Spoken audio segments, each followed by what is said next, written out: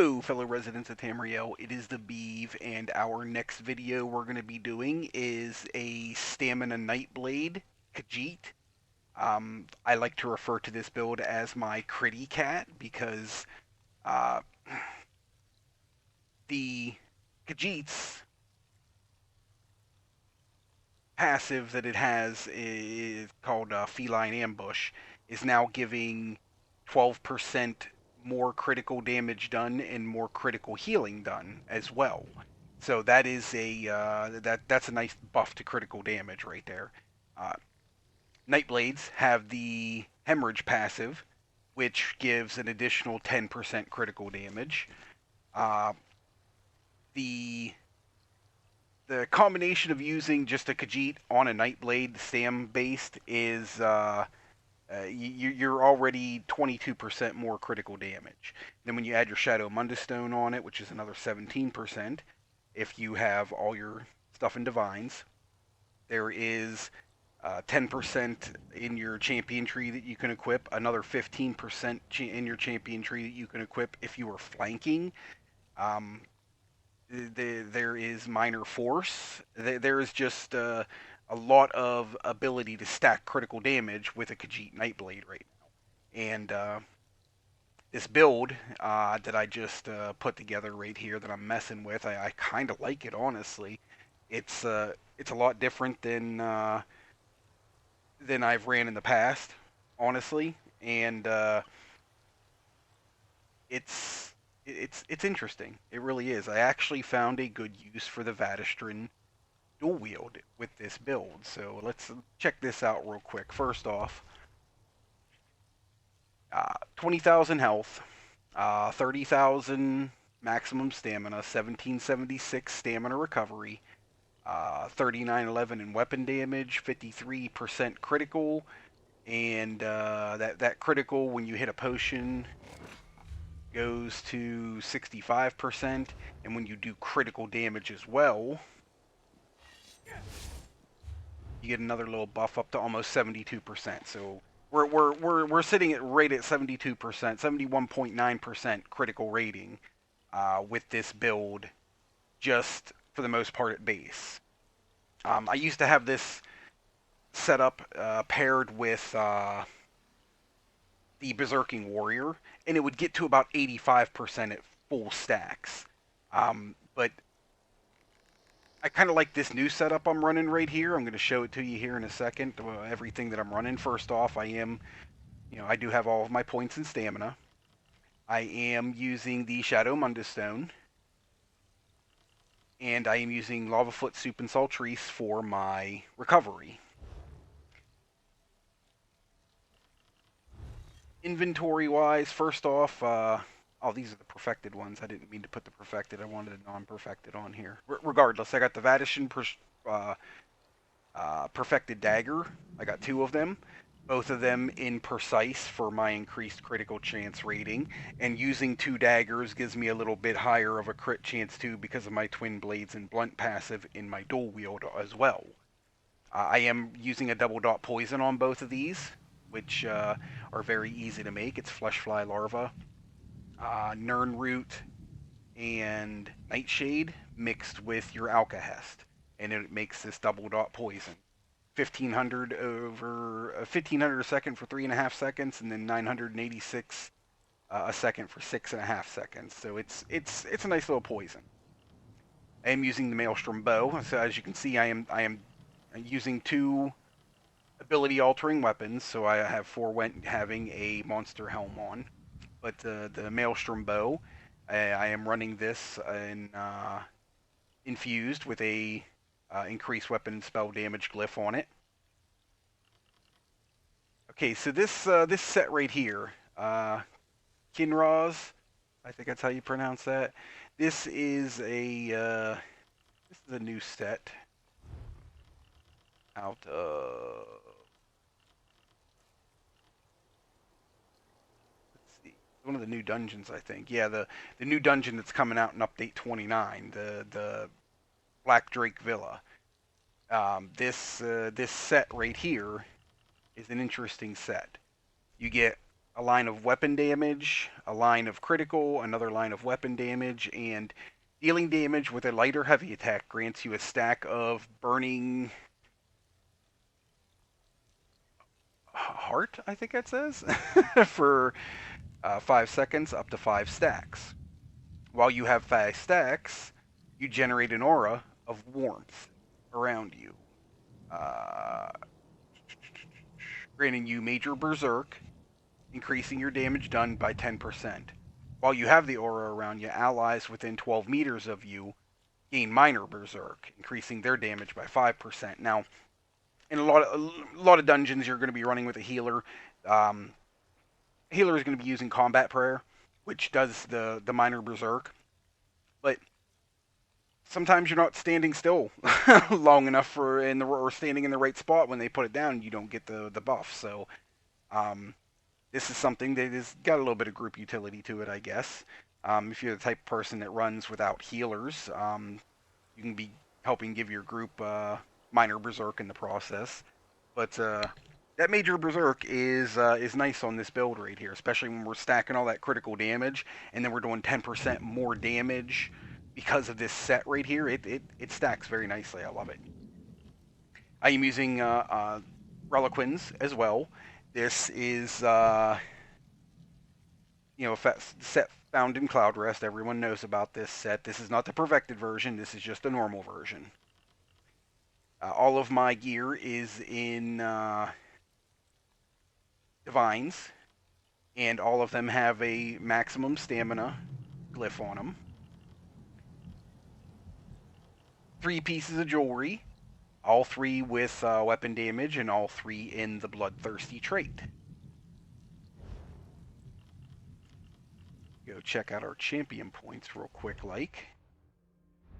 Green tree, red tree, do what you want with them, honestly, however you like to do it. In the red tree, I personally like having the extra recoveries from rejuvenation, a little bit more armor from Ironclad, a little bit more health from Boundless Vitality, reduce the cost of dodge roll. I got 1 rank in this Mystic Tenacity just so I can get over here and get more max health here. And then my Bloody Renewal. This restores 300 stamina per stage whenever you kill an enemy, so I have it all the way maxed out. So anytime I kill something, I get 1500 stamina back, which is really nice in the situation of like trials and arenas and dungeons and whatnot, like arenas especially. So you face so many different mobs in an arena, and you can just get stamina back for doing it, for killing something. So I like that passive right there. There are some other really cool passives in here that you can go for. Like I like this one right here. Gain 30 health recovery for every 10 ultimate you have. This costs 50 points completely to unlock, but you can get a really high health recovery right there if you're just holding on to ultimate right there. So it's kind of neat.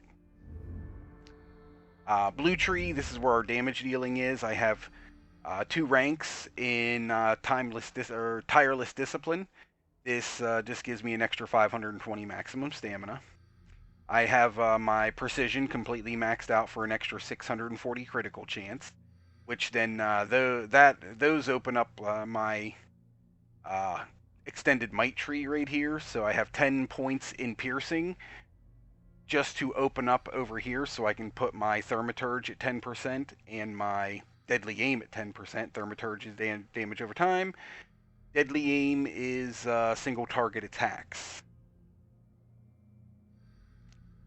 I got Fighting Finesse. This is 10% more critical damage done per stage, or 2% more critical damage done per stage. I have fully maxed out for 10% more critical damage. And then Backstabber, 3% more critical damage done per stage when you're flanking. Current bonus is sitting at 15%. So when you stack these with all the extra crit damage that you're able to do, 10% more damage from being a Nightblade, 12% more damage from being a Khajiit, 17% more damage from your Shadow Mundus Stone, 10% more from your Minor Force, 10% more from fighting finesse, 15% more if you're attacking from a flank with backstabber. You can just really, really stack that critical damage. And with with this Critty Cat build that I have right here, it's pretty easy to do so. Now, the fighting finesse, the backstabber, the deadly aim, and the thaumaturge all have to be equipped to your champion bar. Your champion bar is up top here. You can see me scrolling between them. There are abilities that have to be equipped for them to take effect, and then there are other ones that are just static passives. Like the piercing is just a static passive. The tireless discipline is a passive. The precision is a passive. These do not have to be equipped, but the fighting finesse, backstabber, deadly aim, and thaumaturge, they have to be equipped. All right, skill wise, we are doing a very simple rotation with this. It is light attack, endless hail, light attack, barbed trap, light attack, leeching strikes. Leeching strikes you only have to reapply every other rotation. Bar swap, and we're using surprise attack, which this is a nice ability. It sets things off balance. It is one of the passives in your siphoning or shadow abilities here. One of the passives right here gives you major ward or major resolve, so almost 6k in resistances just from using that surprise attack, and it lasts for like 6 seconds. So you give yourself better resistances when you're using that surprise attack. We're going to make sure that we keep our relentless focus up, and when it procs the spectral bow, we're going to make sure to use our spectral bow. So this rotation is very simple. Light attack, endless hail, light attack, barbed trap. Every other rotation, we are putting on our leeching strikes. When we bar swap over, we are going to light attack, surprise attack until our spectral bow procs, and then we're going to use a spectral bow, and then go back to spamming our surprise attack. When you're on this dual wield bar right here, I normally tend to go anywhere from 9 or 10 abilities on this before I bar swap back and reapply my endless hail and my trap. So, 9 or 10 combinations of surprise attack, and when the relentless focus procs the spectral bow. It's very, very simple, honestly. Now, once we get into 50% health range, we stop with the surprise attacks and we start using shrouded daggers. You could use it even a little sooner than that as well if you wanted to. At about 75% is when this shrouded daggers will actually start outperforming the surprise attack. But I like to keep it at 50% myself because the sustain is so much easier at 50%. I'll explain that here in a second. But this shrouded daggers is it's doing 6260 damage, physical damage per hit, and the dagger will hop it'll hop and hit 3 different targets if you throw it out there. But if you hit somebody with it that is casting, they're interrupted and set off balance. And you also gain major brutality from this, increasing your weapon damage by 20%, but I'm still just keeping pots up to do that, so no big deal, whatever. But the cost on this is 2,700 stamina. It is more expensive than the surprise attack, so that's why I said when we get to that 50% range is when we start using the shrouded daggers. And because these Vadistran daggers, first off, what they do is your hidden blade deals up to 250% more damage to targets under 100% health. When you are standing behind them, so you want this build works the best if you're in a dungeon or a trial where you're actually hitting something in the back. If you can't hit them in the back, don't use these daggers, and just don't worry about that ability. But you can trade out that ability for Killer's Blade right there, and then just only use Killer's Blade when you get to true execute phase. But it also restores almost 1400 stamina every time it is used as well. So it makes that ability, that Shrouded Daggers, when you look at it now, yeah, it's going to use basically 2800 stamina, but it's going to give you back 1400 of it. So, I mean, this is you're spending about 1400 stamina on this ability, and it hits like a truck with these Vadishran weapons right here. It is unbelievable how hard this hits. It easily outperforms surprise attack from about 75% down, and it as much as I didn't want to believe this, it actually, that Shrouded Daggers actually outperforms the Killer's Blade execute um, by a good bit. It shocked me how much it was. So, real quick, like, once again, rotation is Endless Hail, Barb Trap, Leeching Strikes every other rotation. You're going to use Surprise Attack. You're going to spam Surprise Attack and hit your Spectral Bow whenever it procs. And then once we get to 50% health or lower, we're, instead of using Surprise Attack, we're just switching over to the Shrouded Daggers and still hitting our Spectral Bow when it procs as well. So very simple, very easy to do. Um, this does a lot of damage. Like this setup's really nice. I like it a lot. Let's go ahead and hit this test dummy real quick. You can see exactly what I'm talking about. Put up our bow, our relentless focus, and we start.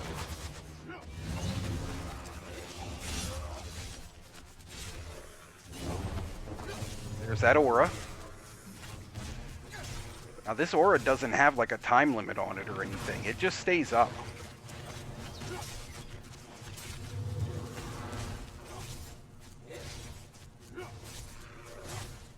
PTS is just laggy as all hell right now. Y'all see how it's see how bad that looks right there?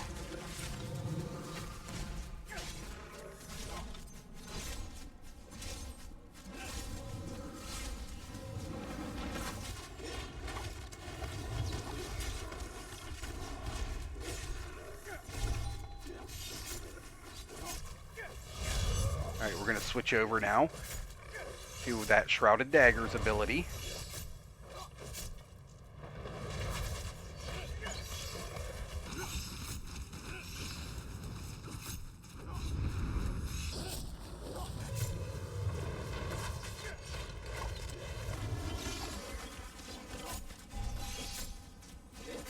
Man, this thing's so laggy.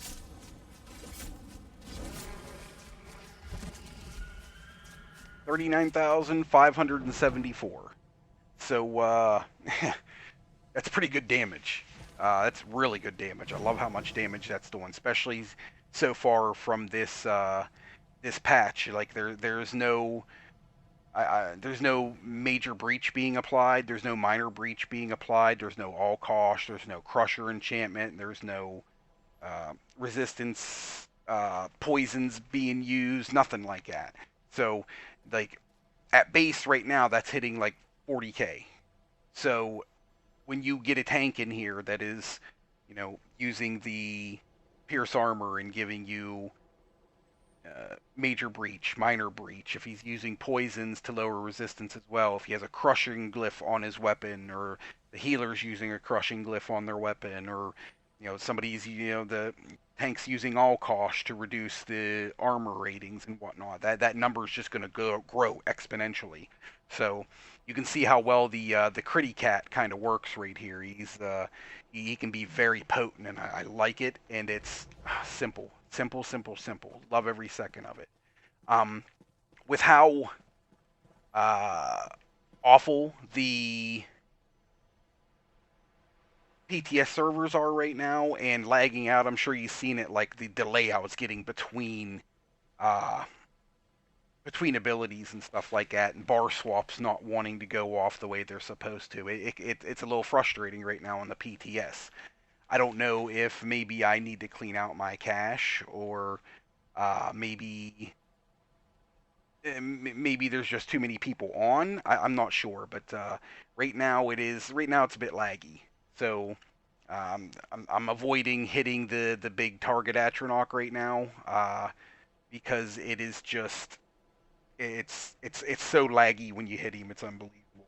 But I will say that with this setup right here, I'll try to get a parse in and maybe add it in at the end of this video where you can watch it afterwards after the video's over, or just skip right to it and look at it. But I was uh, I was just messing around with this build. I got like 78,000 on this test dummy on the trial atronach, and there was a lot of delay, a lot of lag. I mean, like my rotation was messed up so many times in that. So I think if I could get an actual really good parse, we could probably hit over 80 with this.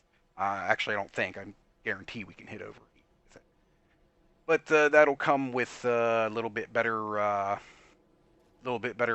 connection to the PTS at the moment. But I don't want to take up any more of your time with the video at this point. I just kind of wanted to show you exactly what I got going on right here. It's a lot of crit damage. It's a lot of fun to play.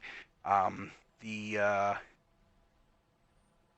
the Khajiits are doing pretty well with the crit damage right now, and as a nightblade, it's even better. So I'm really enjoying this build. I actually can't wait to.